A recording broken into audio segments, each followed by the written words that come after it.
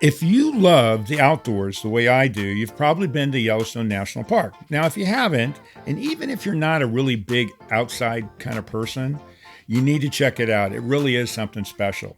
Now, here's some cool history. It's our very first national park here in the U.S. Also, Native Americans have been using Yellowstone for over 10,000 years. They've been going there to the thermal waters for religious and medical reasons. Now, for you guys that have been there, all 2.2 million acres of it, what do you remember most? The geysers, or did you see the buffalo right by your car when you're driving through the park and they're just gazing inside looking at you? Did you know it's the only place that wild buffalo actually roam free? Did you know that the buffalo is an official symbol of the U.S., just like the bald eagle? Did you know that the buffalo is considered by many Native Americans to be their relatives? In today's episode, Dallas Gudgell and Justine Sanchez of the Buffalo Field Campaign join me. We get into their amazing organization and what they're doing to protect our last wild buffalo.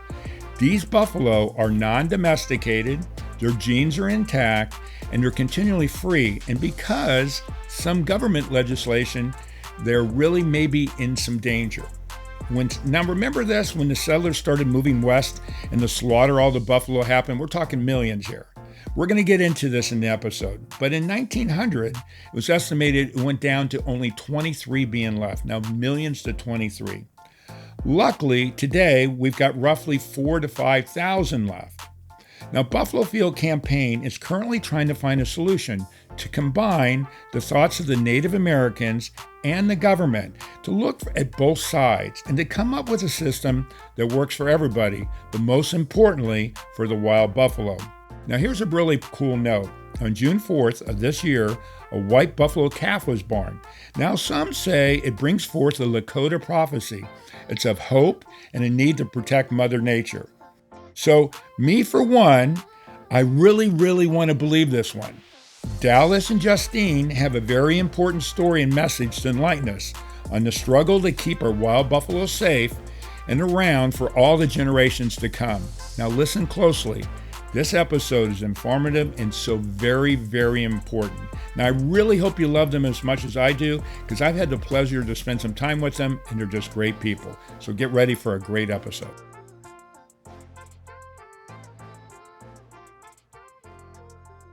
We are supported by PrepVet, providing stem cell therapy for pets.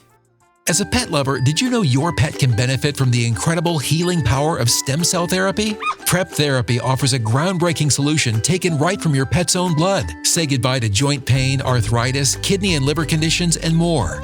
They'll experience faster recovery, increased vitality, and extended quality of life without the need for surgery or harmful drugs.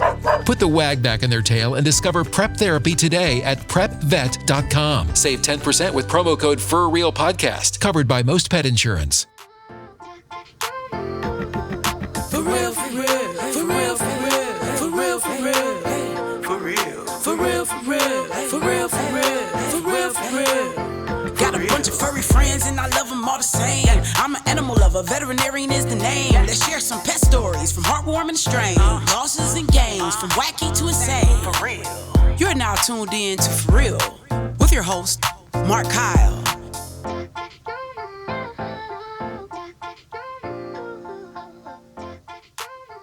Hey, everybody, and welcome back to the For Real podcast. Today I have Dallas Gudgell and Justine Sanchez of the Buffalo Field Campaign that have been working relentlessly to save the American last wild buffaloes. Guys, I'm so really happy to have you here. It's a privilege for me, and I'm so excited for everybody to meet you. So welcome. Thank you. Yeah, thanks, Mark. I'm glad to be here.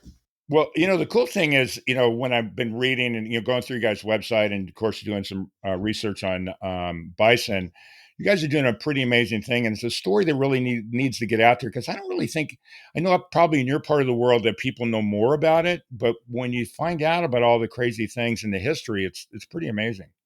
Yeah, it is. I mean, I think one of the things that makes Buffalo Field Campaign really unique is that we have the honor and the privilege to be in the ecosystem and on the traditional lands of the Shoshone-Bannock and the greater Yellowstone ecosystem, and get to spend feet on the ground, eyes and ears and the sounds and the delights of the ecosystem and with the buffalo. And it really sets us apart as far as a advocacy organization, in that, our 12-acre lodge and home is exactly that. It's a home where people can come.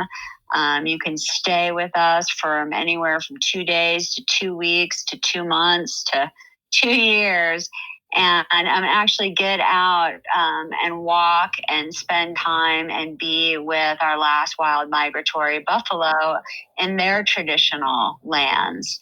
And when we talk about the greater Yellowstone ecosystem, we're talking about all of the lands, our public lands that surround Yellowstone National Park. And I really encourage your listeners to take a look at the park. It's a square, and no animal is going to stay inside that square. They migrate out. And when the bison do, they meet a plethora of problems that we can talk about. But when you come to our home and you stand with Buffalo Field Campaign, you get out and you get to be and become in relationship with wild buffalo. So it's really special and unique in that way. Well, let's get into, first of all, because for people that don't know, and I didn't know this until I was reading a lot about it. Define what you mean by the last wild buffalo. I know the specifics myself now, but can you kind of just get into that so people understand? Because all these different people, there's bison farms and bison burgers and all that kind of stuff. So let's really define what that is so people understand what you guys are trying to protect. Yeah, Dallas, do you want to? I'm happy to, but also, I feel like just from your perspective, do you want to talk about what that means? Well, you take it from the park's perspective with the last 23, and then I can jump in. Sounds good. Yeah, so it's this amazing story of survival and resilience. We know that anywhere between 30 and 60 million buffalo, and let's take a pause, 30 to 60 million individual animals once roamed across this entire continent. Accounts from history say that if you stood in one place, it could take over a week for the herds to pass you by. They were so big. And the reason we have such a large gap there, 30 to 60 million, is because there was a mass slaughter that happened. And we don't actually know, we never got to actually know how many in reality existed. But we know from science and from stories from Native Americans that we're looking at somewhere between 30 and 60 million. And the genocide of bison happened, and 23 individual animals survived the mass slaughter. I read that. And so that's also, it's something to pause about, like to try and picture what we're talking about here. And the actual gift that 23 were able to survive by seeking refuge in what is now known as the Pelican Valley of Yellowstone National Park. And we actually owe a great debt of gratitude to these 23 individual buffalo that survived, because it was because of them and their survival that the National Park Service came into existence at all. The story goes that Roosevelt was touring the United States, and at this point had thought that there were no more wild, continuously free roaming buffalo until these 23 were found in the Pelican Valley. And that was what inspired Roosevelt to then create the world's first national park. So, you think about this debt of gratitude, really, that we owe wild buffalo. And now we have these herds that come from what Winona LaDuke calls the genetic wellspring of the buffalo people themselves.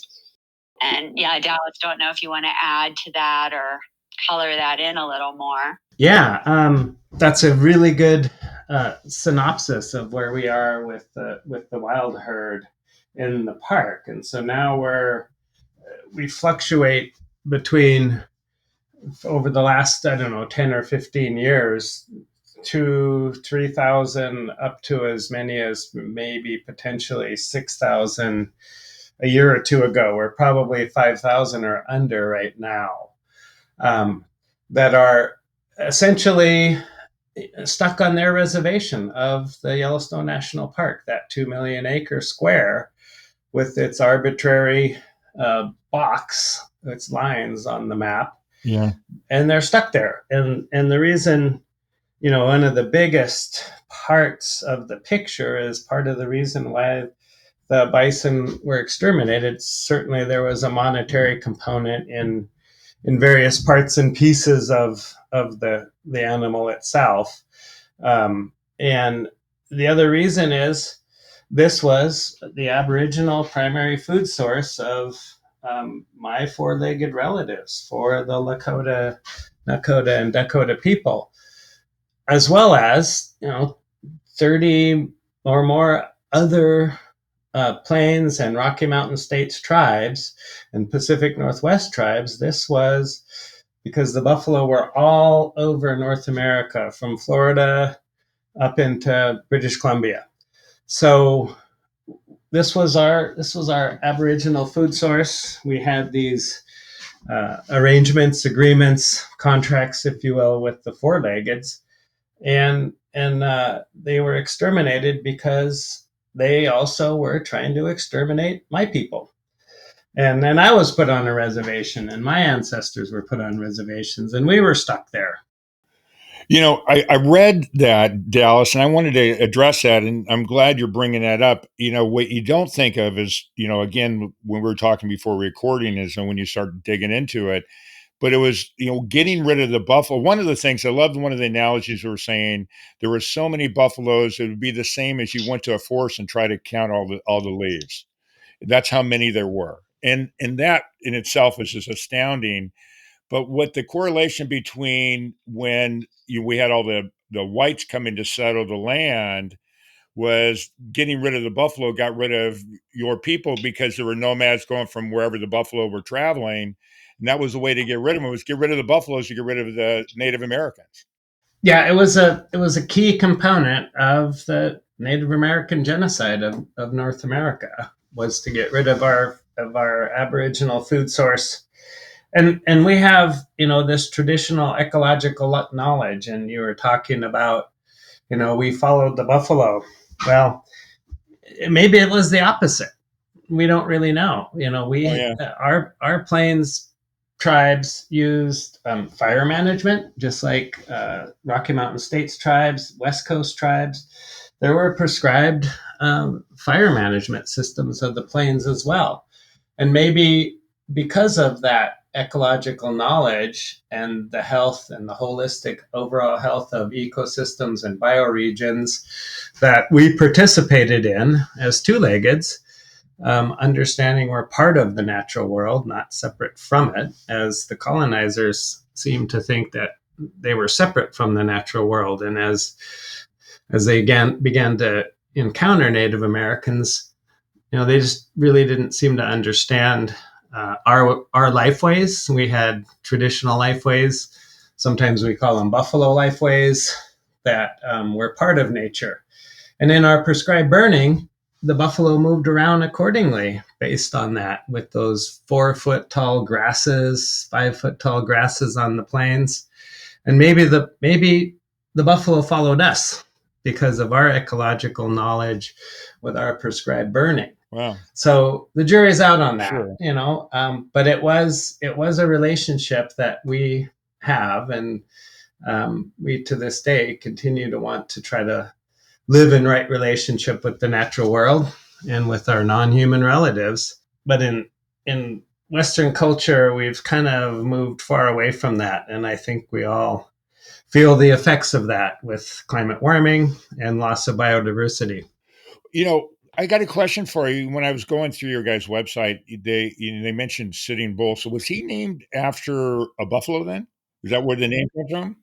That's one of the theories where the name came from, yes. Which I think is totally cool.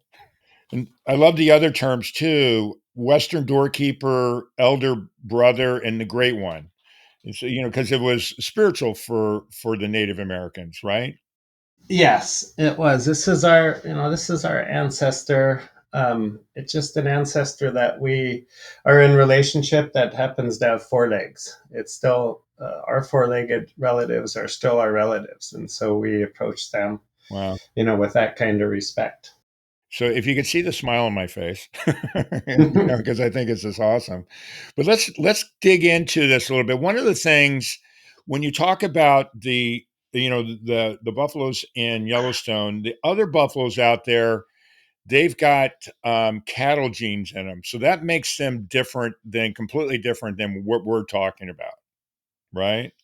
I think it's important to recognize that, yes, there's this idea around these strong genetics in the Yellowstone herds.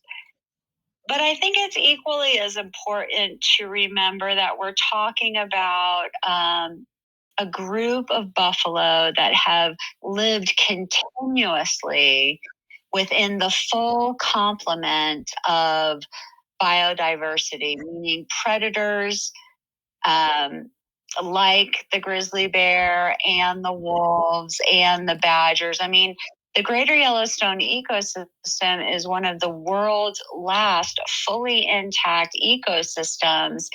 And I like to say it's because the buffalo have persisted there. So yes, the genetics are strong and beautiful and wonderful, and these guys are survivors. They know Right. how not only to survive, but to thrive. And arguably one of also the more extreme ecosystems we have as well, with the high elevations, the geyser activities. And honestly, if we took out the interagency bison management plan and they were allowed to roam, we wouldn't have a cap of 3,000 to 5,000, as Dallas mentioned, because they're built and ready for this landscape. So I have a couple questions. First of all, can you define, because I read it there, what does bioregion specifically mean? Do you know specifically? I mean, I understand the ecosystems. Is that basically just saying it's the ecosystem? Yeah, the Greater Yellowstone ecosystem is there's 8 million acres of that outside of that surrounds Yellowstone National Park. It surrounds that 2 million acres. So that is the Greater Yellowstone ecosystem, which goes down into Grand Teton National Park and down into Wyoming to the east. So what we're talking about is that's the ecosystem itself, and it's along those mountain ranges. But the bioregion can be a little bigger, and it might not include that in total of 10 million acres total of public land. The 8 million acres of Forest Service land that surrounds it. There's some BLM land that's also public land that surrounds the 2 million acres of the park. And so when we're talking about that bioregion, it's not until you get out onto the plains themselves where you have a difference in rainfall and moisture. And so that changes into a new bioregion. And when we're thinking about those things in those terms, the bison were on all of North America. And they're some of the best engineers that we could ask for. So what if they were allowed to roam out of that sort of Rocky Mountain ecosystem out into a plains bioregion and roam free? They will increase the health of the Forest Service land right there directly surrounding the park. But if they were to roam free on the plains, they're going to restore that arid grassland. They're great engineers. You can look at all the different kinds of studies, the way their hooves are designed. It turns up the soil. When they left, and cows became a big piece of Western culture's history. That is one of the bigger reasons why the arid grasslands are in more of a degraded place. Wolves also. Oh. Another amazing engineer. I had an episode with Wolf Sanctuary, and then, of course, I did the whole study when they took all the wolves out of Yellowstone, and it threw everything out of whack. And then now that they've been reintroduced back, everything's coming back to balance. So that makes sense what you're talking about with buffalo as well. Yeah, and wolves too. Like again, this herd has that not only a fairly pure genetics. I don't think that is, from a cultural perspective, is as important as their cultural memory in this herd. Right. They have this. They've lived in the wild continuously, and they have this genetic memory about where they're supposed to migrate. They just get persecuted if they happen to leave their little buffalo reservation. Well, we're going to get into that. Trust me. We're getting into that part. It's interesting, too, to note about the bioregion word, because, words have meaning here. Sure. Is that, I just looked it up. It's a geographical area not defined by administrative boundaries. And so, again, when you look at Yellowstone National Park, the administrative boundaries are a square. But a bioregion and the species that live, whether they're plant, animal, winged, four-legged, they are actually going to follow the rivers, the slopes, the mountains. They're not going to get to the boundary line that cuts right down, the Madison River and stop. Right. They're going to continue to migrate out of the park and along the Madison River, where there's wonderful willows for munching, and out to the Horse Butte Peninsula, where they have their calving grounds. And when they cross that administrative boundary, the administrators say, no, you're not allowed there. So it is important to actually utilize words like bioregion. And I thank you for asking that question so that we could really dive into. Because I didn't know what it was. What we're talking about. Yeah, it's great. I'd never seen it before and wasn't really aware of it. One of the things that I saw on your website too is that there's roughly 500,000 bison in North America probably, and of which 96% are for commercial purpose. The rest of them are doing what you're doing, I guess. Well, let me jump in on that. It's so let's see, I'll start here. One of the ways in which, now I'm not saying this is a good way, but one of the ways in which bison have been saved a little bit. In the practice of the Park Service was to capture the bison that left the park and send them to slaughter. Right. I mean, that was it. And they killed, anywhere is upward of 1,800 bison a year for many, many years in a row. And then when tribes began to say, well, wait a minute, this is our relative that we have a relationship with, and this doesn't seem right. Many tribes also said, well, we have treaty rights in usual and accustomed places that have, we can hunt bison. We can utilize the bison in our spiritual ceremonies. And so what happened at that point was the Park Service went into an agreement with the Fort Peck tribe, which is the tribe I'm a member of in northeastern Montana. And they said, well, rather than kill these bison, when we get them in the capture facility, maybe we can send them to Fort Peck and that we can transfer them there so they can be utilized for spiritual, cultural purposes by tribes. And that preserves a live bison. Let's just put it that way. Uh-huh. But it does not necessarily preserve a live wild bison, because now that bison's been handled. Now they're no longer wild. They've been in a capture facility. They've been put in a truck. They've probably been inoculated for this and that. That's not necessarily a wild bison, but they do have that genetic strain. Mm-hmm. And Fort Peck has distributed to tribes to take a look at food sovereignty, and getting back to our Aboriginal food source. And Fort Peck has distributed to 28 tribes in 12 different states. Now, those aren't farmed or commercial bison. Those are spiritual purpose bison on many of those reservations. In my reservation in particular, we have a cultural herd. And then we do have a herd that we use for food sovereignty and sustenance for tribal members. And many tribes do that very same thing. So once they go off and they get put at Fort Peck, they're not reintroduced to Yellowstone, similar to an episode that's coming out soon with the wild horses of the Outer Banks of North Carolina. And those are completely wild. They've never been vaccinated or anything like that.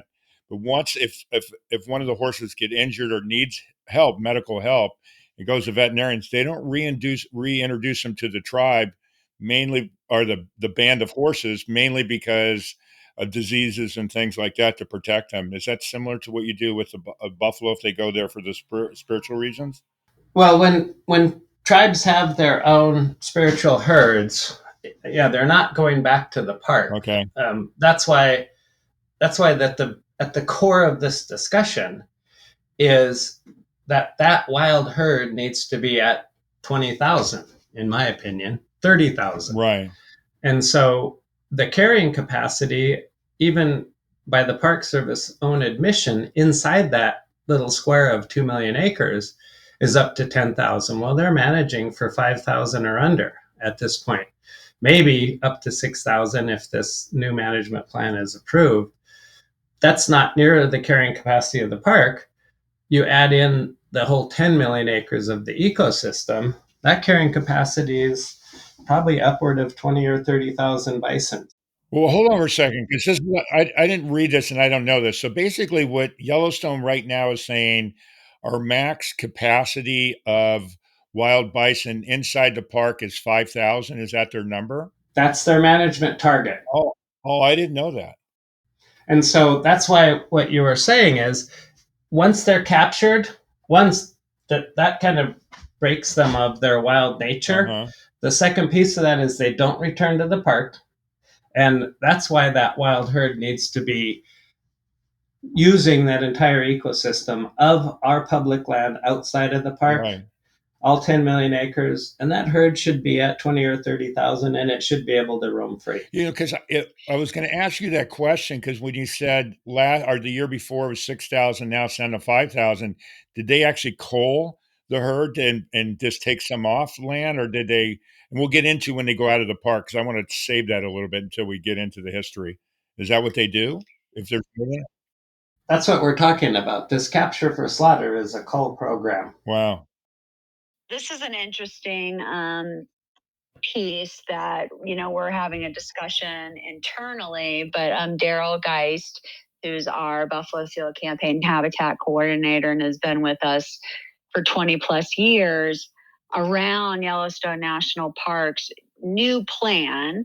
And to be clear, it has taken 25 years of just dogged advocacy, not only by Buffalo Field Campaign, but by tribes, to just get Yellowstone National Park to move the carrying capacity number from about 3,500 up to maybe 6,000, like Dallas is saying. Maybe they will. But what the park's plan does is that if the bison population exceeds 5,200 buffalo going into winter, Yellowstone National Park will proactively manage for a decreasing population, a decreasing population, not an increasing, not a let's grow the herd, but the park will trap 600 to 1,000 bison for a decreasing population through shipment to slaughter and quarantine. And that's not, I mean, it's public information, but nobody know. I've never heard that before. And, one of the reasons people, and I've been to Yellowstone many times, my son went to school in Montana, plus I've been fly fishing and, cutting through to go wherever I'm going. And one of the big things is seeing the buffalo. So now you're saying they're limiting what you're going to get to see. And this is one of the reasons people go to the park. Yes. And, again, they're in a, interagency bison management plan with the state of Montana. So the Montana Department of Livestock sits on this management board and makes the decisions. And it's very interesting that the state of Montana has such a powerful voice in this arena for what is arguably part of, the public trust. But also when you hear Dallas talk about relatives and cultural heritage and significant to tribal people all over the country. Well, I didn't even know that there was a thing called DOL, the Department of Livestock, and then that's where you start hearing all the crazy stuff that they do. I mean, I've dealt with it with the wild horses, but I didn't realize with the buffalo too. Yeah, the livestock industry. Well, a couple of things. Maybe something else you might not know. The livestock industry kind of has a vice grip hold on the management of wild buffalo once they leave the park. They are managed in Montana once they cross that arbitrary line between Montana and Wyoming, or outside the park. Once they leave the park, they're managed as livestock. This wild herd, that's obviously wildlife, is managed as livestock in Montana. And there's this vice grip hold that the livestock industry has on that IBMP group that manages, that has say over how these wild bison are managed outside of the park. So outside of the park, they're considered livestock. That's correct. Okay. Or animals in need of disease control. Well, we're going to get to that one. I'm going to save that one because I want to talk about that too. I mean, that's another fallacy that they promote. And there are some advisory members of the Interagency Bison Management Council team, but those that are tribal members, but they don't have a voting voice on that that I'm aware of. Am I right about that, Justine?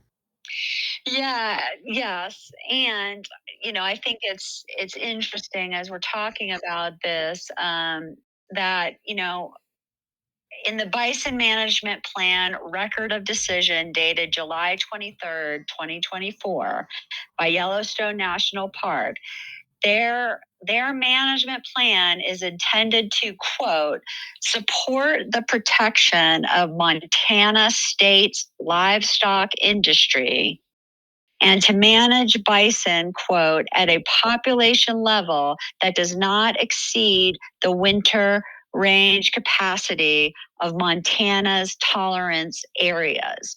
So when we're talking about Montana's tolerance areas, we're saying that buffalo don't get access to the fullness of our public lands that surround Yellowstone National Park the way every other animal does, because in the state of Montana, they don't tolerate wild bison because of the state's livestock industry. Even though wild bison are now livestock, it's similar to, again, going back to the horses, just because I've got a little bit more knowledge on it now, is that the government, by the way, for the cattle industry, labeled the wild horses not wild anymore. They're called feral because they're invasive, right, and all this, which is the same thing they're doing with the buffalo in a different way. Because let's get into it, because when the buffalo are going on the land in Montana, and I love Montana, by the way, when they go on the land,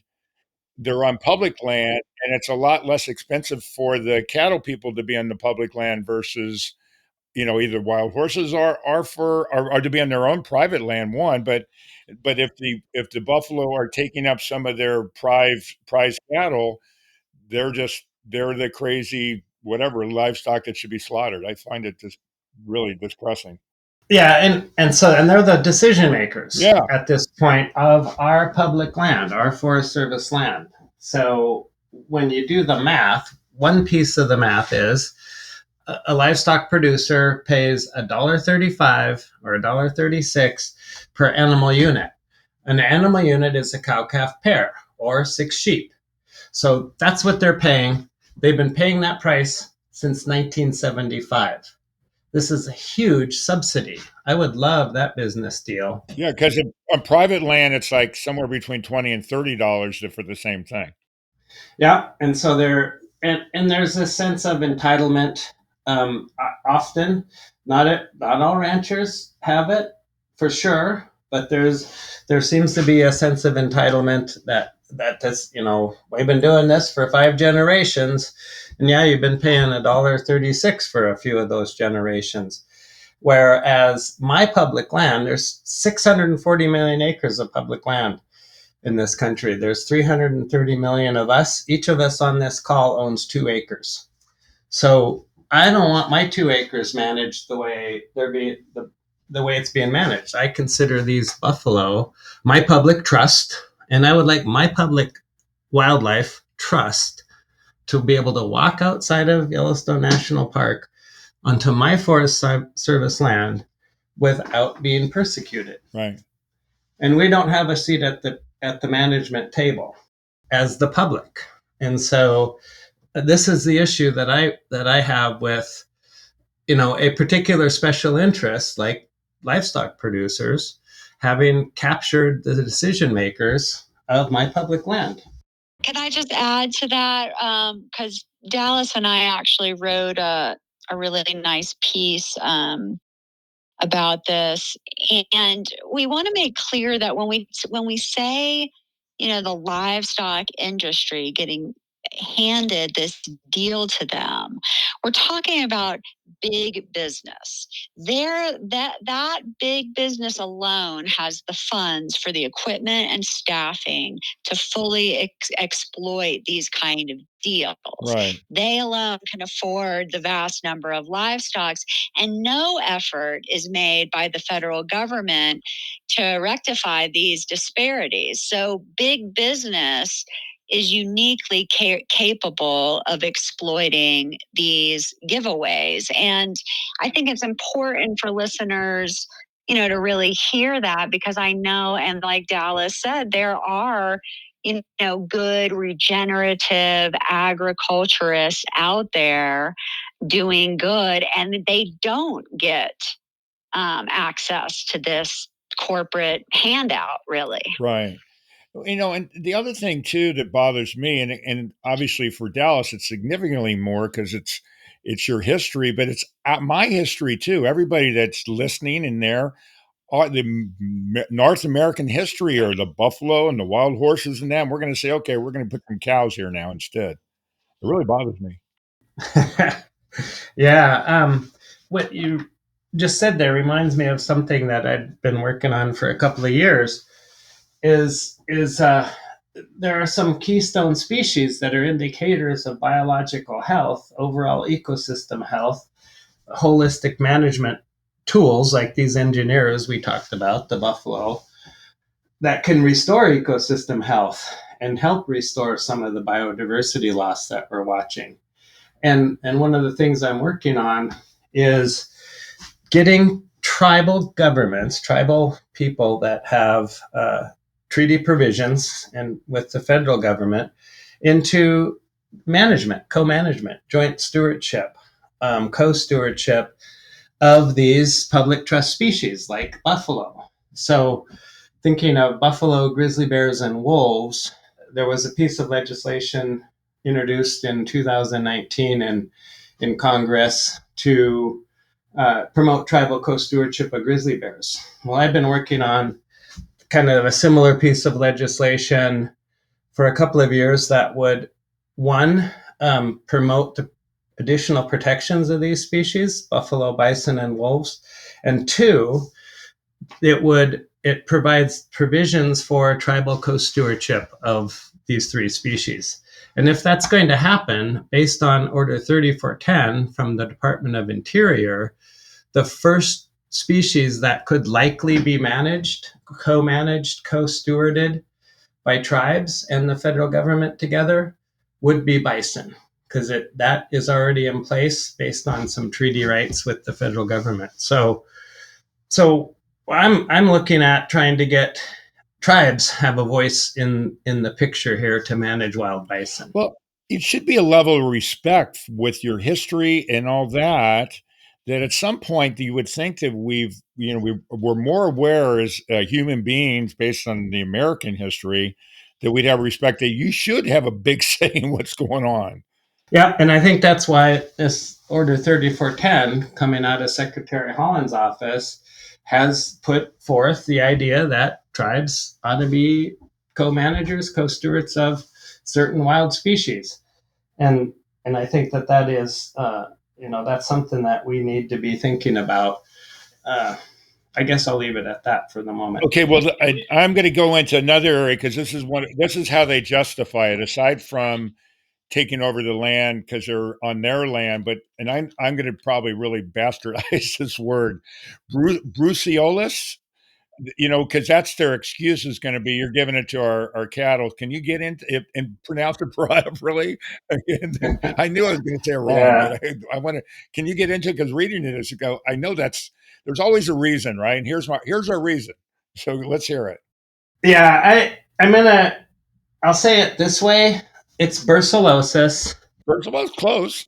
It's a cattle-borne disease that cattle actually gave to bison. It doesn't affect bison really, but it does cause low birth weight in cattle, and so it's another blight that was put on our public land by cattle. And there's never been any confirmed transfer of brucellosis from a bison to a cow. However, elk do it all the time. So when we're talking about managing wild bison, like elk, which get to leave the park unpersecuted, and they get to, like Justine said, enjoy the full breadth and of that whole habitat that is prime bison habitat of the greater Yellowstone ecosystem.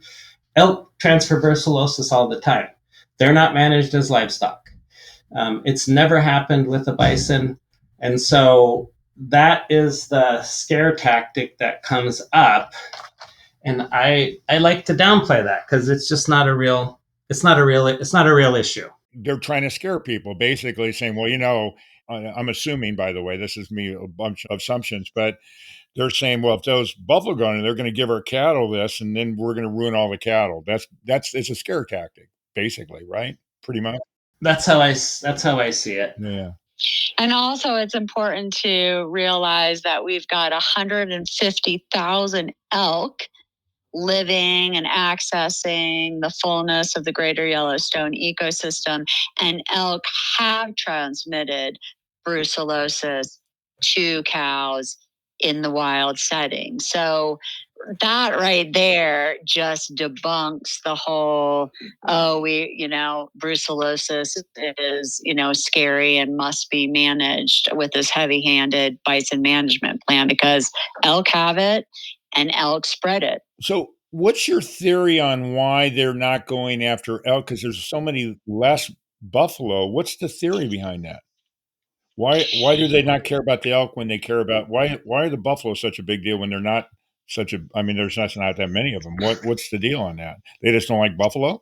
Well, I'll let Dallas talk about some of that prejudice against buffalo. I'll speak to the transactional piece. Is there's a lot of money in elk tags in the state of Montana for hunting, which again, hunters are some great conservationists. I mean, a lot of hunters, woodsmen, woodswomen, fishermen and women, regenerative agriculturists, like they all love animals and Right. wildlife and wild lands and wild nature. So this is not, I want to be clear about that. And yeah, there's a pretty big lobby for, elk hunting, especially in the state of Montana. I do think there is a prejudice about buffalo that goes all the way back to that mass slaughter. Wow. And the reasons behind that Dallas talked about. Yeah. Well, money and prejudice. That's pretty common. Yeah, I was just going to say the same thing as Justine just says. This is a transactional thing. Yeah. And again, not that Native Americans know everything, or we did have a very close relationship with where we live And Mother Earth. And we're all, indigenous at one point. Right. And so, I'm happy to help immigrants or settlers, colonizers reclaim their indigeneity if they can get back to that place of living close to the earth. Right. But in the meantime, I feel like living close to the earth is with the buffalo. This is kind of where we need to go, which is why I think using traditional ecological knowledge, and we see it even in the Forest Service now, they're kind of looking to tribes that lived in certain forests and taking a look at their fire management policies that are 1,000 years old and implementing some of those. Yeah, there's another great example. Yeah, perfect. Yeah, I think that it's transactional. And I come from a culture, that I was born into. So that is basically based on relationship. It's not based on transaction. Right.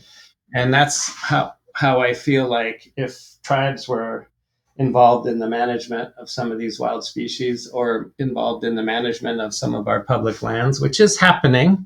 We have some examples. We have Bears Ears, tribal co-management with the feds at that national monument. Estuaries, it's happening. So we're going back to Western science is catching up to traditional science and that ecological knowledge and understanding, again, that we're part of the natural world. And so as part of it, it's our responsibility to be in right relationship. It's not all transactional. It's not that in that special interest industry group of livestock producers, that special interest industry group of the thing that gets a lot of money coming into Montana Fish and Game, which is elk tags. Yeah. And often, a lot of those guiding folks are part of an industry. Not all. There's a lot of great sportsmen out there, but it is a huge economic piece. It's transactional. Well, I think a good idea about that too is if in having both of the tribes being involved as well as the other side, you balance it out with a transactional, with a relationship side, and then you figure out a way to make it blend together where you work together versus they having all the control over it. That makes more sense to me. But making sense doesn't make it right. That's an interesting point, Mark, that you bring up, because I think that, what I see from, a lot of, and I'll just call myself, say, Euro-American or a white person, and you have a lot of well-meaning white folk, Euro-Americans out there, especially in the conservation world, that are very defensive of any criticism of the Park Service, because they're proud Right. of the Park Typical. Service, That's right? an American. Yeah, I know. Yeah, we love it, and that is great, and we're not done yet. It's still evolving. Like the Park Service isn't perfect, so why not, like what you just said, go into co-stewardship with our indigenous people and better. Right. Make it better. Why wouldn't doesn't diversity bring more fecundity and abundance? Yes, it does. So yes, you're right on. Let's diversify the management of our national parks, our public lands, our public trust. Sometimes you just don't know what you know. But you know what? I just thought of something. I was thinking this earlier, and I meant to bring it up. We will be remiss in not talking about the white bison calf that was born in June. Can we talk a little? Has it been seen yet? And can you, for the listeners that may not know about it, can we talk about that? And Dallas, and you in particular, the spiritual meaning by what you see, because it's 1 in a million or something. I read. Yeah. Let me just put a cap on what Justine just said, which is, when we're talking about traditional ecological knowledge, that's basically indigenous science. Right. And Western science has come a long way. But they're also learning things that some of my grandparents could have told you. Yes, we know that the trees talk to one another. We've known that for a long time. We know that they talk to one another through the microorganisms in the soil. Right. So these are new studies that Western science, it's kind of cute, they're catching up to traditional science. There's a big study just came out just recently about that. Yeah, and so if we can come together and marry, Western science with traditional ecological knowledge, which is happening, and many of your listeners have probably read Braiding Sweetgrass. A native scientist wrote a great book about that marriage of the two sciences. Mm-hmm. And I think that is, that's where we can go. And that kind of leads into the birth of the white buffalo calf. This is a time of coming together. Yeah. This is a time of a bit of a turning point. And if you hold the prophecy of the white buffalo calf in the light, that is a time that says when this white buffalo calf is born, we're looking at a turning point. And we're looking at a turning point probably, like we're talking, away from humans believing that they're separate from the natural world, outside of natural law, and getting kind of back into more right relationship with the natural world and our non-human relatives. And if not, that's the blessing of the calf, to recognize that we're all connected. All things are connected. And the blessing of the calf that was born, that fulfilled that promise, that prophecy, is that this is the time, the turning point, where we all need to kind of come together and set aside our egos and work to figure out how we're going to reverse climate warming, figure out how we're going to reverse this epidemic loss of biodiversity globally. That's what this white buffalo calf symbolizes as this turning point. And if we decide that we want to stay on this transactional path and believe that we can control the natural law and be outside of natural law and maybe colonize Mars instead, then we have a problem. Then we go down this road that we're heading down right now, which is the Earth is probably going to be fine, but if the two-legged virus is what she needs to shake, then that's what's going to happen. Yeah, it's crazy. One thing I wanted to read, I wrote it down so I would remember it, that actually you have it in your bio, Justine, from Rosalie Little Thunder, that I think was really cool. And, I'm just going to repeat it. I'm going to do something. I've made a commitment, not for yourself, being to the collective. I've got a question about the last thing. Don't go wandering off or you'll perish. And I wondered if that had to do with the buffalo going out of the park. One of those things. It just had a kind of a meaning, but I thought it was really powerful. Yeah. And, for your listeners, so Rosalie Little Thunder was co-founder of Buffalo Field Campaign back in 96, 97, when the Montana Department of Livestock was killing thousands of buffalo for migrating out of the park. And she actually got herself arrested by standing in their way from doing that. and she met Mike Meese, a videographer, and they became Buffalo Nations, and then later Buffalo Field Campaign. And so Rosalie, what Don't Go Wandering Off always meant to me is exactly what Dallas is saying, that our white buffalo calf messages. We are all one. We are part of the whole bioregion, the whole ecosystem, all of life.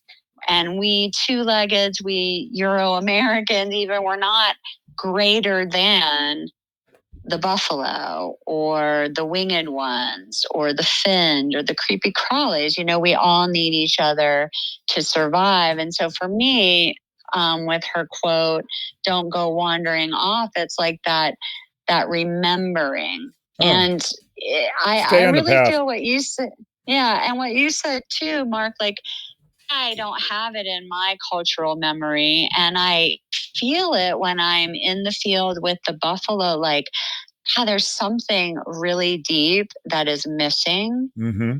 And you can feel it. You can kind of feel it when you're out there, of like, wow, there used to be 60 million of you guys. Yeah. And then, when you think about the name, and Dallas, I don't know if you wanted to maybe share a little bit about the name, Chief Arvo Looking Horse, who has been with Buffalo Field Campaign as our wisdom keeper and advisor since our inception as well. But he called together the people to come and acknowledge this white buffalo calf and give a name to that being on June 26th at our headquarters. And that was just such an honor to all of us, and such a powerful coming together. Dallas, I don't know if you want to share a little bit about that naming ceremony. Yeah, there is. There's also a 17-minute video up on the BFC's website that kind of talks about that. And so, yes, there was a naming. Chief Arvo Looking Horse is the 19th generation carrier of the white buffalo calf Chanupa, the bundle and sacred pipe that he carries. It was handed down from the original prophecy of the white buffalo calf woman, who said the end of the prophecy is she said she would return and stand on the earth with black nose, black hooves, and black eyes, and that's this calf that was born. So we witnessed this calf standing on the earth, and I wish the calf well. I don't, it is a wild herd. It's in the park. There's grizzly bears and wolves surrounding this herd. And we may see the calf again and we may not. And that's sort of irrelevant to the fulfillment of the prophecy, which is a time to come together, a turning point of the two-leggeds to try to get back in right relationship with the natural world. Like I said, if we're thinking about colonizing Mars, we've gone wrong somewhere or another. And so we have a chance to go right. And that Wakangli is return sacred is one of the translations. English is kind of a limited language. There's a lot of other languages that are more romantic and have many meanings. A holy return is another way of translating that, Wakangli. Yeah. So return sacred is fulfilling this both blessing of, yes, we have some time. We don't have a lot of time. I think our climate scientists can tell us that, but we have an opportunity to turn it around, or not. And that's that. Then we go down that other path. And so that's the warning side of this prophecy fulfillment. And I just wanted to... So don't go wandering off. The other thing I wanted to address for the listeners too, and you can Google and find out all about the white calf, but it wasn't a vision. It was seen by many people, visitors to scientists and a bunch of people. So it's a real thing. And we're not just talking about it; it is a real thing, and it's so let's do this while we're since we're talking about, you brought up the website. Can you guys, either one of you, kind of give everybody how they can find you guys, social media and all that kind of stuff, and they can find that video that you mentioned, Dallas, and all? They can kind of go through all that kind of stuff. Yeah, I'll let Justine do that. The last thing I wanted to say is that during this naming ceremony, it was led by Arvel, but there were probably 550 people in the audience, a mix of native folks and non-native folks, and half a dozen tribes, or maybe a dozen tribes present, and a half a dozen tribes spoke on the sacred relationship that they had with buffalo in general. Not every tribe has a white buffalo calf prophecy, but they have a sacred relationship with this species as their relative, and they spoke about that. And I'll let Justine give you the how you get a hold of us. Yeah. So, the best way to find us is buffalofieldcampaign.org. We have a robust Facebook page, so you can find us on Facebook as well, with over 50,000 followers there. Lots of wonderful photos and stories and links and conversation. We also have a growing Instagram page, also, just a fun and powerful way to see the buffalo, come into relationship with them in that way, in a very modern way. We have a really cool program. If you go on to our website and even just put it into the search, called the Buffalo Backbone program, and for as little as $5 a month, you can help support our efforts. You become a red dog at that level, and then levels of giving go up. And at each level, you get different gifts from us and from our business partners, from really sweet, well-designed stickers and tote bags, books, but you also get take action items, podcasts, links, engagements, like how to become more involved. And then, like I began, we have a home. We have a historic lodge on 12 acres, right in the middle of where the buffalo wish to roam. And as part of our backbone of our buffalo family, you have a home in the ecosystem where you can come, and we give you a place to sleep and warm meals. Patagonia is one of our biggest sponsors, has been for over 25 years now. We have a full array of foul weather gear, so we can make sure that you're safe and ready for the extreme temperatures in Montana, especially in the wintertime. Our open volunteer season is mid-November through the end of May. And check us out online on social media, and come out and see us, become a Buffalo Backbone subscriber, and help keep us in the field with the bison, and get yourself out there and with the buffalo as well. Absolutely. And I want to add, you can find these guys really easy on go to their website, and it'll give you all the links to get in there. One last thing, I don't know if you got it, as everybody knows that listens, I always tell a silly dad's joke about animals at the end. Did you have one, either one of you guys? I do have a joke. Okay. But I want to hear your joke too. Oh my God. I always hope that everybody has one, so I don't have to say one.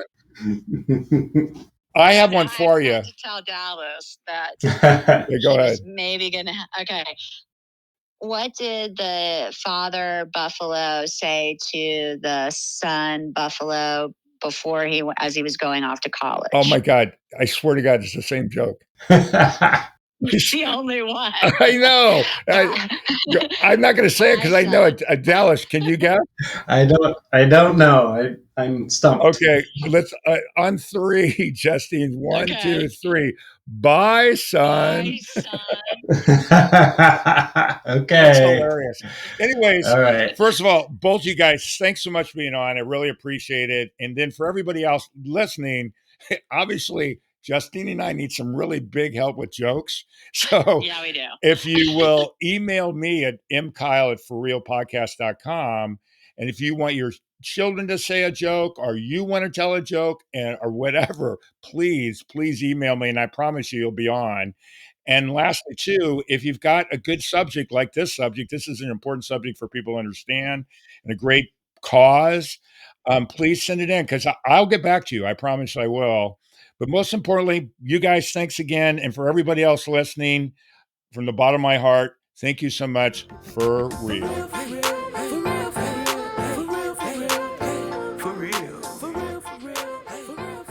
We're supported by Let's Walk, that's here to love your animals like our own. Austin, Houston, and Denver. Let's Walk is here to love your animals like our own. From daily walks, play, in-house sleepovers, and more.